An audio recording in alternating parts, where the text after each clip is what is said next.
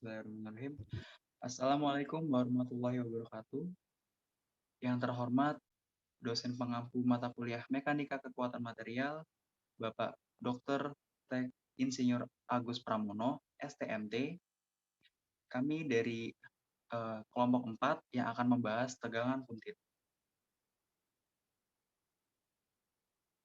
Next. Izin memperkenalkan diri. Nama saya Noval Zaki Wahyudi dengan NIM 3334210073. Di sini saya akan membahas tegangan puntir. Bisa dilanjut. Selanjutnya, saya Putri Amelia dengan NIM 33342100016 yang akan membahas mengenai contoh soal. Selanjutnya saya Ahmad Rinaldi dengan NIM 33342100027 akan membahas mengenai torsi dan momen couple. Selanjutnya saya sendiri yaitu Koko Putra Septiawan dengan NIM 33342100032 yang akan membahas mengenai tegangan puntir. Saya Januar Dwi Yuwana Putra dengan NIM 33342100043 yang akan membahas contoh soal. Saya Christian dengan NIM 33342100060 akan membahas tentang aplikasi dari tegangan puntir. Dan saya Pratiwi Salesa Putri dengan NIM 33334210065 akan membahas tegangan dan tegangan. Baik, bisa dilanjut.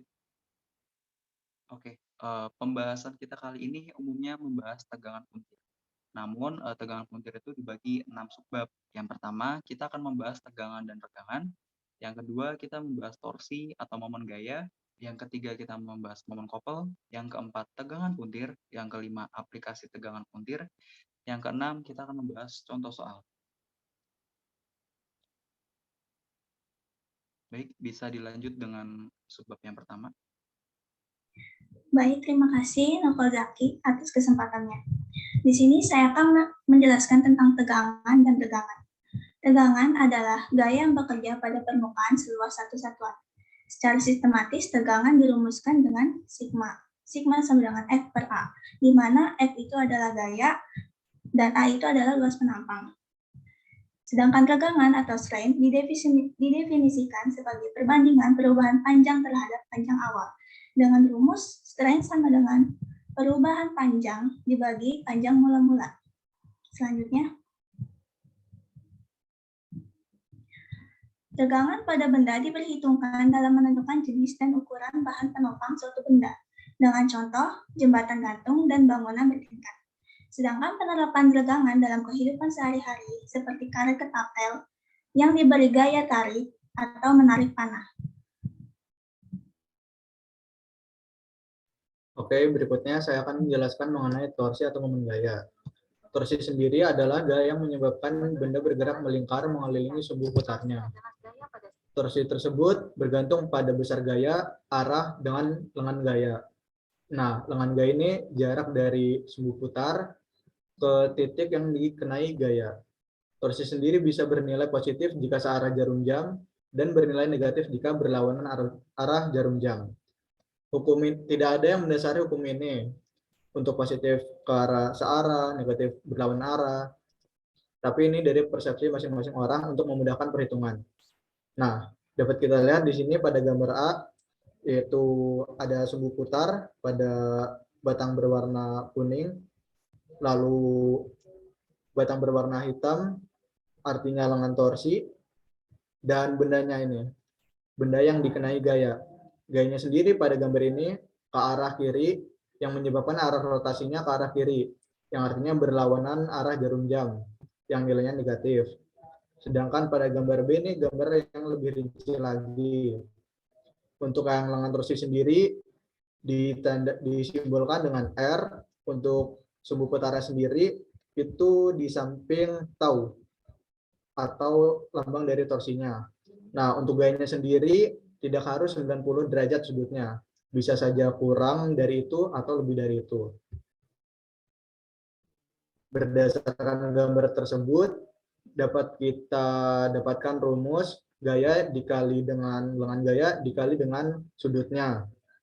atau F dikali dengan R dikali dengan sin theta. Berikutnya mengenai momen couple, yaitu gaya yang berpasangan tetapi arahnya berbeda. Momen couple ini timbul gara-gara adanya couple. Nah, couple sendiri itu bisa bernilai positif jika searah jarum jam dan negatif jika berlawanan arah.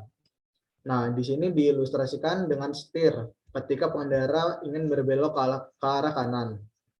Tangan kanannya sendiri ke bawah, sedangkan tangan kirinya sendiri ke atas arahnya. Nah, dari situ kan sudah jelas jika arahnya berbeda, cuma gayanya sama. Nah, gaya ini dipisahkan oleh jarak, disimbolkan dengan D. Untuk ilustrasinya sendiri, kita bisa lihat pada gambar B. Nah, berdasarkan dari gambar tersebut, bisa kita peroleh rumus momen couple sama dengan gaya dikali dengan panjang lengan gayanya. Jika momen couple tersebut ada banyak atau lebih dari satu, rumusnya menjadi M1 ditambah M2 ditambah M3 dan seterusnya. Oke, yang selanjutnya adalah tegangan torsi dan regangan akibat momen puntir. Pada sebuah batang, ketika diberi momen puntir atau torsi, batang tersebut akan memuntir dan memiliki tegangan geser dan regangan geser. Tegangan geser mengakibatkan deformasi pada struktur materialnya. Pada tegangan geser, tegangannya sejajar dengan bidang luas permukaan, sehingga dapat ditulis rumusnya dengan tau max sama dengan T dikali R dibagi J, di mana tau max adalah tegangan geser, T adalah torsi, R ada jari-jari, dan J adalah momen inersia polar. Pada regangan geser itu adalah perbandingan antara tegangan geser dan modulus elastisitasnya, yang dimana gamma adalah regangan geser, sedangkan tau adalah tegangan geser, dan G adalah modulus elastisitasnya. Oke, selanjutnya. Yang selanjutnya, tegangan puntir memiliki hubungan erat dengan torsi dan momen couple. Torsi adalah suatu pemuntiran sebuah batang atau silinder yang diakibatkan oleh momen couple. Momen couple sendiri merupakan pasangan gaya yang besarnya sama, tetapi arahnya berlawanan. Seperti yang terlihat pada ilustrasi di gambar di samping, terlihat ada batang silinder yang diberikan momen couple berupa dua gaya yang berlawanan, yaitu arahnya ke atas, satunya arahnya ke bawah. Karena batang silinder memiliki area luas penampang yang berbentuk lingkaran, maka gaya-gaya yang bekerja tersebut akan bekerja terhadap diameter dan menghasilkan torsi. Atau jika dirumuskan, T sama dengan F kali D, di mana T adalah torsi, F adalah gaya, dan D adalah diameter. Selanjutnya, tegangan puntir adalah suatu kondisi yang dialami oleh suatu benda di mana terjadi akibat adanya gaya yang bekerja berlawanan arah. Pada gambar di samping terdapat batang silinder yang tetap di satu sisi belakang dengan arsiran di sebelah kanan, dan di sisi depan dikenakan torsi dengan momen couple yang memiliki arah gaya yang berlawanan. Sisi yang dikenakan torsi akan terpuntir. Next. Jika dilihat pada sisi batang silinder, dapat dilihat bahwa tegangan geser pada tengah sumbu titik pusat nilainya 0, sedangkan tegangan geser pada permukaan luar batang nilainya semakin besar hingga maksimal. Dengan demikian, semakin keluar permukaan, maka tegangan gesernya semakin besar. Pada persamaan tegangan puntir per radius dari batang, rumusnya dapat ditulis dengan tau per R sama dengan T per J sama dengan C kali theta dibagi I, di mana tau adalah tegangan geser, R adalah jari-jari, T adalah torsi, J adalah momen inersia polar, C adalah modulus material atau kekakuan dari batang, theta adalah sudut puntir, dan I adalah momen inersia. Dan untuk yang rumus tegangan puntir yaitu tau sama dengan R dikali T per J, di mana tau adalah tegangan puntir, R adalah jari-jari, T adalah torsi, dan J adalah momen inersia polar. Next. Baik, di sini saya akan menjelaskan hubungan desain poros dengan torsi. Oke, persamaan antara parameter yang menentukan kekuatan elastis poros dengan torsi itu dapat dilihat di PPT berikut, yang mana J per R sama dengan T per tau max itu untuk poros tidak pejal. Terus yang kedua, J per R sama dengan Pi R pangkat 3 per tau max untuk poros pejal. Nah, yang mana J per R ini merupakan parameter yang menentukan kekuatan elastis poros. Kalau R itu kalau T itu torsi, kalau tau max itu tegangan geser maksimal. Nah, untuk selanjutnya menentukan tenaga transmisi pada poros, yang mana dapat diformulasikan sebagai berikut. P sama dengan T kali omega, yang mana T itu torsi, omega itu kecepatan angular. Nah, kecepatan angularnya ini bisa dicari juga dengan cara 2 dikali Pi kali N, yang mana N-nya itu RPM. RPM itu semacam berapa kali putaran poros per menit. Nah, ini untuk yang ketiga, menentukan torsi pada suatu poros yang berputar dengan N RPM. Nah, gimana sih cara nyari poros ketika RPM-nya diketahui? Itu dengan cara T sama dengan 9.540 kW dibagi N. Slide selanjutnya. Selanjutnya, sudut puntir batang. Jadi, selama pemuntiran, terjadi perputaran terhadap sumbu longitudinal dari salah satu ujung batang terhadap ujung lainnya, sehingga membentuk sudut yang disebut sudut puntir, atau bahasa Inggrisnya angle of twist. Dapat dilihat, simpelnya dapat dilihat di gambar sebelah ini yang samping. Itu sudut batang puntir akan terlihat jika suatu batang itu dipuntir. Kita lihat di bagian T sama B. Jadi ketika batang itu kita tandai satu titik gitu. Nah, batang itu kita puntir.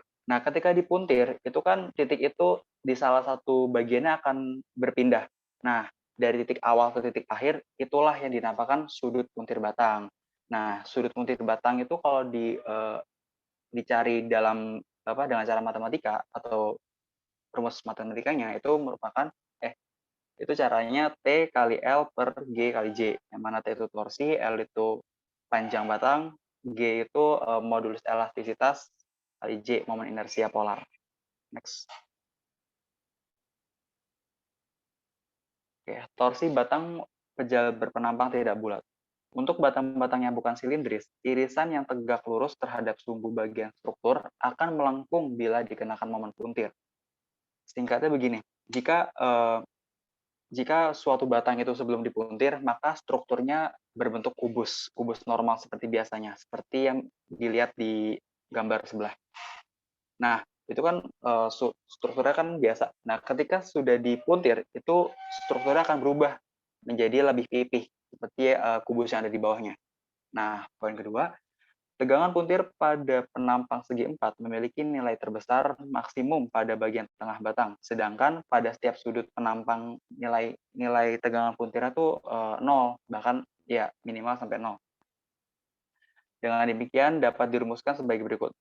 Tegangan geser maksimum itu kan tau max ya. Nah, itu dicarinya T per alfa kali B kali C kuadrat.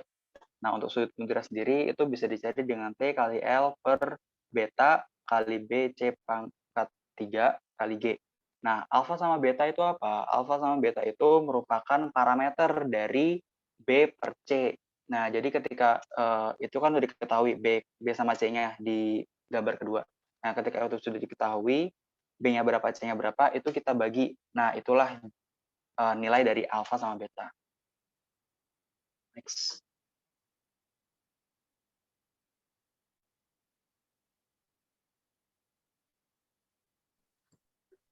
Selanjutnya itu ada aplikasi tegangan puntir. Jadi sebetulnya tegangan puntir itu sering bermunculan dalam kehidupan kita sehari-hari. Nah, ini salah satu contoh aplikasi dari tegangan puntir yang kita lakukan. Misalnya teman-teman semua kayak pernah melakukan cuci gitu ya secara manual. Jadi sebelum kita menjemur baju kita, kita tuh harus memerasnya dulu biar air-air yang ada di dalam baju kita itu dia itu terkeluar. Nah, jadi pada saat kita memeras air itu, kita itu sebetulnya melakukan tegangan puntir gitu. Kita memeras air itu, kita sebetulnya melakukan tegangan puntir pada baju tersebut biar air-air yang ada di baju tersebut itu pada keluar. Nah, contohnya seperti yang ada di foto ini. Boleh next. Nah, dari tegangan puntir juga kita bisa ngasilin suatu alat gitu. Contohnya ini ada dua nih. Kalau gambar yang pertama yang di sebelah kiri, itu adalah kawat baja. Nah, jadi kawat baja ini dia dihasilkan dari hasil tegangan puntir, di mana dengan menggunakan anyaman. Jadi anyamannya itu bakal dipuntir, besi-besinya itu bakal dipuntir, yang biar dia itu bisa menciptakan energi dalam. Jadi dalam kawat baja itu dia punya energi dalam, yang nanti bakal memperkuat energi dalam baja tersebut sendiri. Karena ada adanya aplikasi dari tegangan puntir. Nah, yang sebelah kanan juga adalah mata bor. Terlihat jelas bahwa dari gambar tersebut mata bor ini dihasilkan karena adanya tegangan puntir. Boleh next. Nah, selanjutnya ini ada aplikasi dalam segi industri ya teman-teman ya. Ini aplikasi biasanya ini digunakan untuk uji puntir ya teman-teman. Jadi ini ada salah satu laboratorium yang menggunakan mesin puntir yang masih secara manual. Nah, ini mesin puntirnya. Boleh dilihat dulu.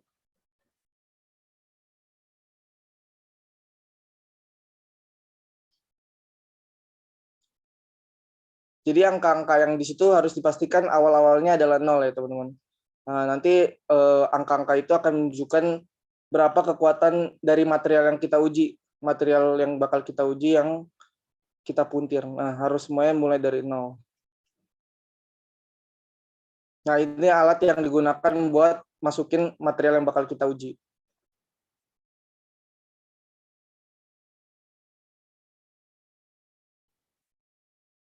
Jadi itu buat masukin, jadi materialnya itu biasanya berbentuk kayak kubus panjang gitu ya teman-teman. Nah, dia dimasukin, setelah dimasukin nanti bakal dikencengin lagi.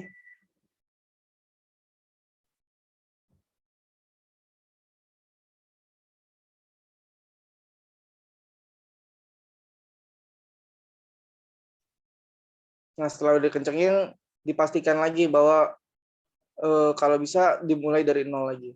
Nah, harus direset dari nol. Jadi semua harus dimulai dari nol.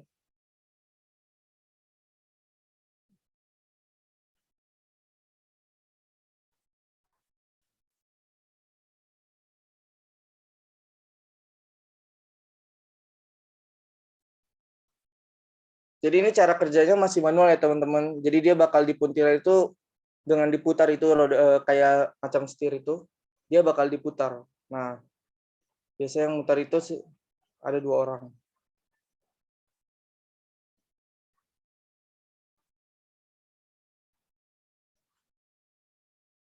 Dia diputar, jadi nanti materialnya itu bakal mengalami puntiran. Nah, ini bakal dilakukan sampai material tersebut patah ya teman-teman.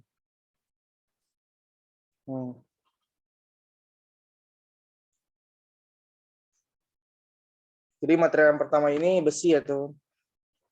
Material pertama dia menguji besi. Nah, proses uji puntir pada besi.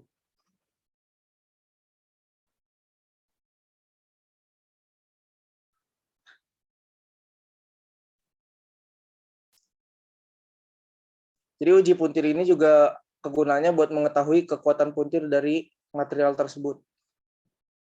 Jadi ini bakal dipuntir sampai material tersebut mengalami patah.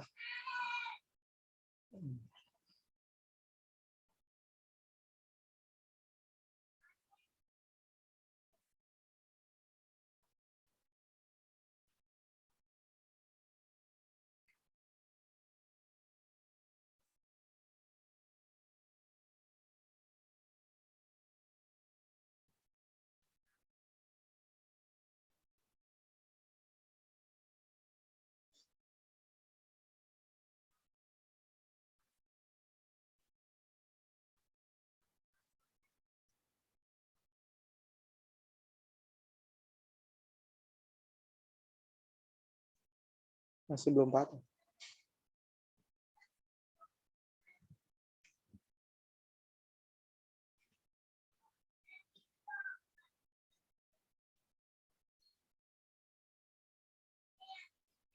Ini masih skala laboratorium, teman-teman. Jadi masih gunakan buat dengan cara manual. Biasa kalau dalam skala industri itu udah lebih besar dan caranya itu lebih mudah ya. Langsung pakai komputer. Nah, ini bakal mengalami patah. Dari patahannya tersebut kita bisa lihat juga materialnya itu sebetulnya berbentuk apa. Nah, ini yang uji material yang kedua itu kuningan.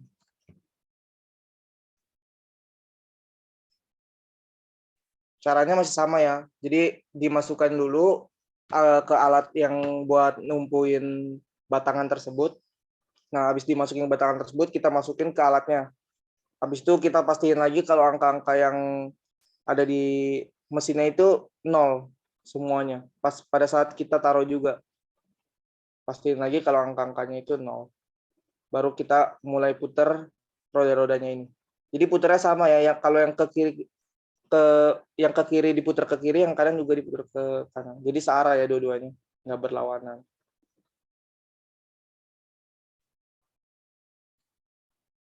Nanti dari sini kita bisa dapat angka kekuatan dari uji puntirnya, dari material tersebut. Kita bisa dapat dari angka-angka yang tadi di awal itu yang 0. Mungkin itu aja untuk aplikasi dalam industri. Selanjutnya.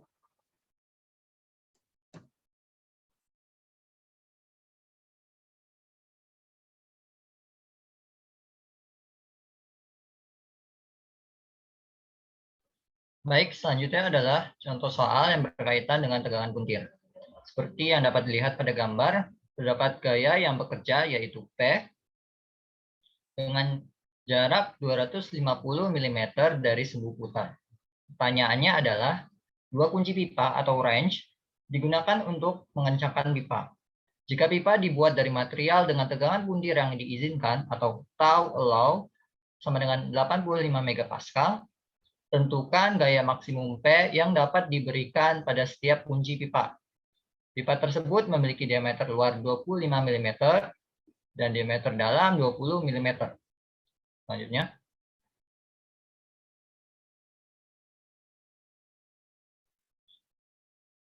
Berikutnya adalah solusi dari pertanyaan tersebut. Hal pertama yang kita perlu lakukan adalah menghitung torsi internal pada pipa BC, yaitu resultan momen pada sumbu X sama dengan 0. Maka torsi atau T besar pada BC dikurang P gaya tadi dikalikan dengan jarak dari gaya tersebut ke sumbu putar yaitu 250 mm diubah ke meter menjadi 0,25 meter. Kemudian dikurang P dikali 0,25 sama dengan 0, maka didapatkan torsi BC sama dengan 0,5 P. Langkah selanjutnya adalah menghitung momen polar, yaitu J sama dengan Pi per 32 dikalikan dengan diameter luar pangkat 4 dikurang diameter dalam pangkat 4. Kemudian diameter luarnya tadi adalah 25 mm, kita ubah ke meter dengan dibagi 1000, demikian juga pada diameter dalamnya. Didapatkan momen putar sama dengan 2,2642 kali 10 pangkat min 8 meter kuartik atau meter pangkat 4. Langkah terakhir adalah menghitung tegangan puntir yang diizinkan, yaitu tau allow sama dengan torsi BC dikali R dibagi dengan J, momen putir. Didapatkan P sama dengan 289,812 Newton.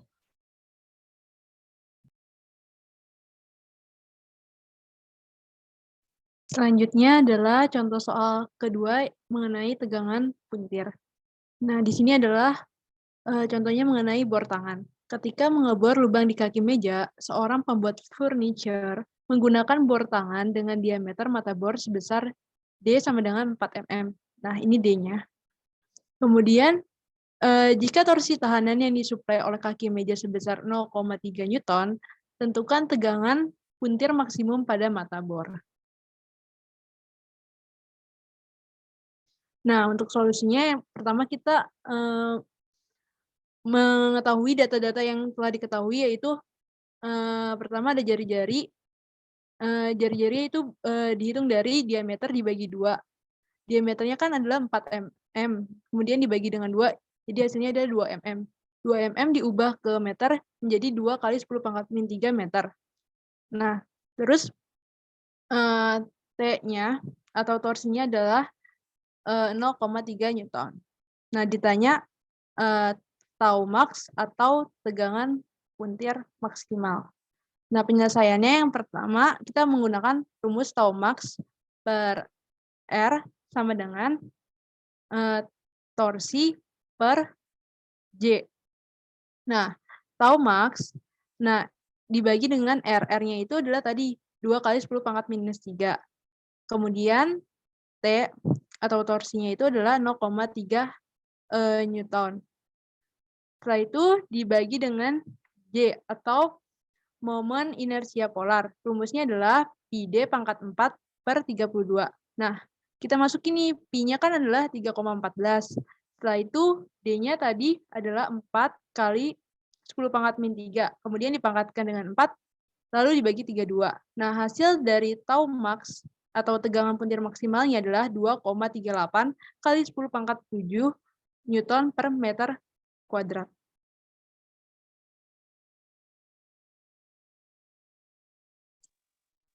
Baik, terima kasih Amel sudah menjelaskan contoh soal Januar dan teman-teman semua. Di sini kami mendapatkan referensi dari berbagai sumber, bisa dilihat di layar. Next. Oke, terima kasih atas perhatiannya.